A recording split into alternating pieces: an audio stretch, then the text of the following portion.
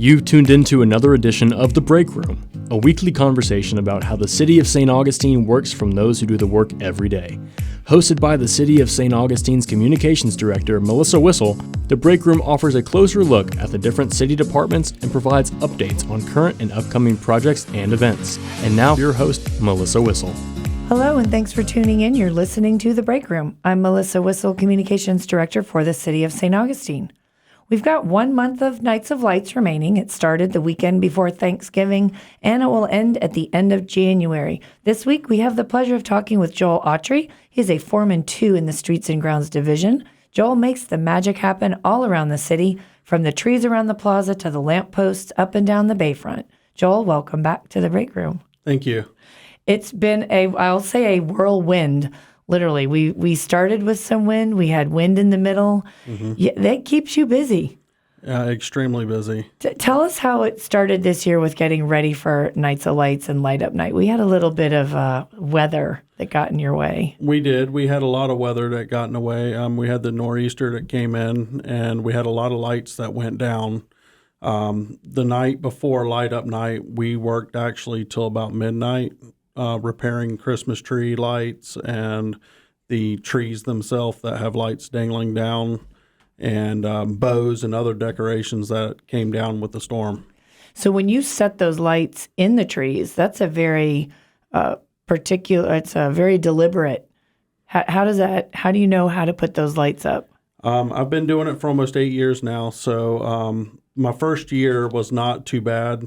And now I've come to where I know where they go every year. We space them out pretty much the same every year, approximately 3 feet apart. Okay. And you kind of just have to have an eye on what you're doing and speed at the same time. And are you up in the bucket, or is there somebody down there giving you the more to the left, more to the right? I have a groundsman down at the bottom, and I am up in the bucket. And he just kind of tells me if I'm off a little bit to the left or to the right. Okay. And that's the way we do them. And you were mentioning the nor'easter.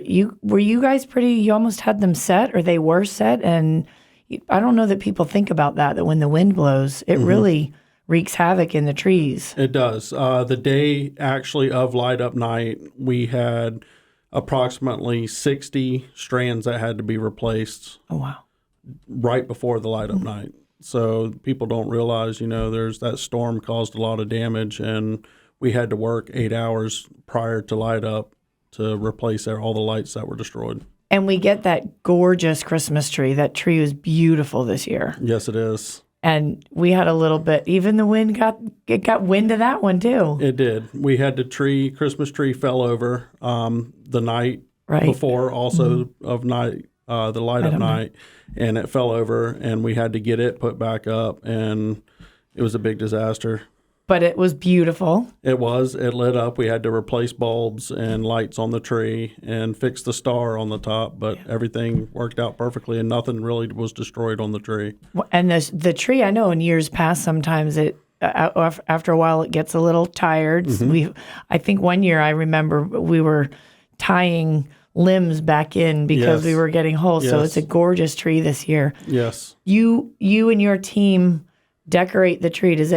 I got to ask you, does this put you more in the Christmas spirit, or is it like, do you have to go home and kind of drum up more energy to be like, yay, we're decorating? Well, we're in kind of like a panic mode the last week. And, this year I have a new guy helping me hang lights this year, and it was Cole White. Mm-hmm. And he did an amazing job. And it's his first year hanging lights for me. Wonderful. In 8 years, and he did really good. And I was happy to have him. And we do have a good crew that hangs lights for us and bulbs and all the decorations in town. So you have to make sure everything is ready for Light Up Night. So, right. It's a huge responsibility, but we get it done pretty good. And you also do lampposts, and you guys do the wreaths? We do. We wrap the poles. We do the candy cane wrap, the red velvet you see that's around all the poles, and we do all the wreaths along the bayfront, and the garland also that you see on King Street and Treasury and all them places like that.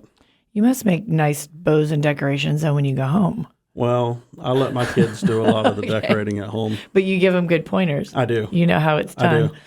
And so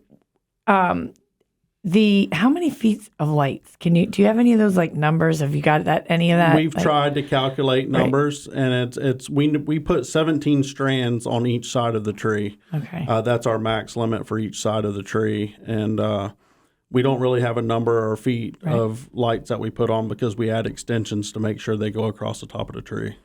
And so a good number would be a heck of a lot. An amazing amount.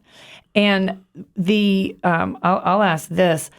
On Light Up Night, you've been mentioning Light Up Night. We also light, when that switch goes, we will call them some electrician elves around the city, because when we flip the switch, people think that it's just the plaza. What else gets turned on, if you will, when that countdown happens? Well, we have, Angels and Architect with Chris Fitz. He does a lot for us, and he does the Lion Bridge and all of the Bayfront, all the palm trees, Anderson Circle, and a few other of the circles down there get lit up all at the same time.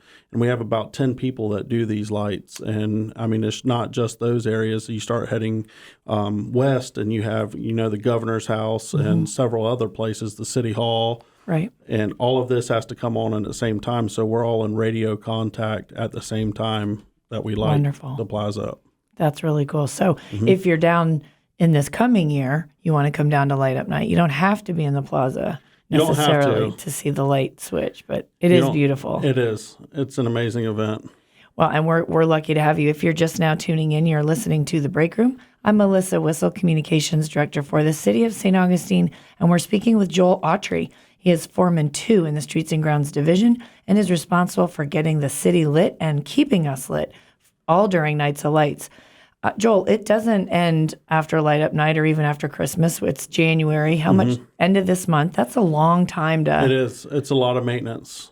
We continuously, after a weekend, Friday and Saturday night are really busy. I mean, this past weekend and the weekend of Christmas are the busiest weekends downtown. And we have to come down and, wind. We have to, there's a lot of people down there. I mean, thousands and thousands of people. And there's just a lot of maintenance that has to be done on these lights continuously. Do you find that the crowds interfere? They get in the way of it? They meddle? Yeah, they do, and they usually give us the room we need to repair things. We have little issues with like Christmas trees and, ornaments missing and stuff like that. They take them and they're souvenirs. Right. I understand. I get it. And, it's just a lot of work. But you come in on a Monday and you kind of have to go in, reevaluate, see what's... Every Monday, we have to go down with the whole 2 crews of the grounds crew and clean the plaza. I mean, the trash, fix lights, bows, any of the landscape that's tore up. There's just a lot of stuff downtown that has to be done after a weekend of Nights of Lights. And at the end of Nights of Lights, end of January, then you move into... springtime, you guys replace all the sod. We do. We do a lot of sod. Anywhere between 20 and 30 pallets of sod go into the plaza. And before we even do that, we have to take the lights down and recycle those. Oh, yeah. And so that takes approximately, putting them up takes about 8 weeks to put them up. And taking them down takes 1 week. Oh, wow. So, and then we have to recycle all the lights. We turn those in and they get recycled every year. And we put new lights up every year. Wow. And supply chain was tough this year. Extremely. We didn't receive some of the lights, until the week of Light Up. Right. So it was really close. Really close. A little stressful. And as we go into spring, in January, we also have Arbor Day. You kind of just shift gears. So even while you're working on the lights in downtown, Arbor Day this year, where are we going to plant trees? We're going to be at the Coquina Park. Okay. And we are hoping to hand out all of our saplings at Coquina Park this year. We're going to make that happen. And it's a beautiful new park. And hopefully that turns out great. We have a nice tree that we're going to be planting this year. And that's going to be on that Friday, I believe it's January 14th at Coquina Park. And I did get the word. I think we're also going to allow folks, if you can't make it to Coquina Park, we are going to do some drive-through over there by Francis Field, where we have distributed them in the past, the saplings. And this year we're giving away live oak, magnolia, and loquats.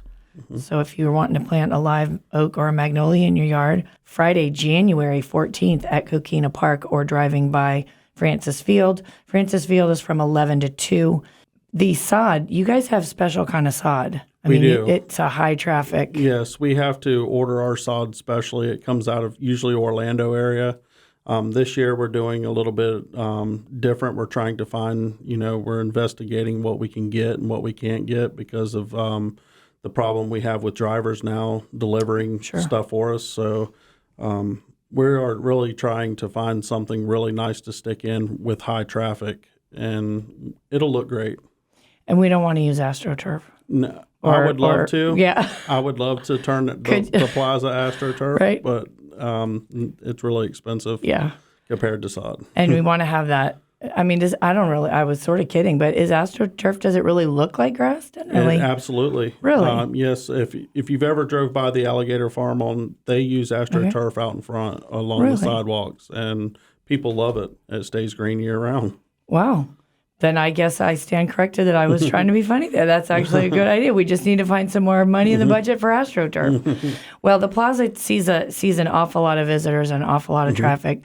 You guys do an amazing job, and I thank you and the team. I know Cole is a great asset to your team as well. Absolutely. And you guys get out there, get after it. If you're down in the plaza, take care. And I will do one quick thing. We almost missed it. I wanted to bring up the legend of the single red light bulb. Bobby Mangles? Yep, just a real quick. Yes. He's every year he puts it up, and he came to me this year and got some bulbs from me, and he goes down on his own and puts them in. And I've seen a few pictures on Facebook of the red bulb where people have found it. So, they have found it. He does it every year. Okay. And he probably will continue long after he retires from here. And he started that many years ago when his daughter was young. Yeah, approximately 20 years ago he started that. So if you're down in the plaza, Nights of Lights, go look for that red. Can you give us a hint? Do you know where it is? I know where it is. All right. It's up in a tree somewhere. It's in a tree. It's in a tree. Joel, thanks so much for stopping by the break room. It's always a pleasure to have you. Thank you. As we wrap up another edition of the break room, I hope we answered your questions, gave you a little bit of information about the Nights of Lights. We want to keep you informed about what's happening in and around the city, and most importantly, that you hear it here from the people doing the work and making it happen every day.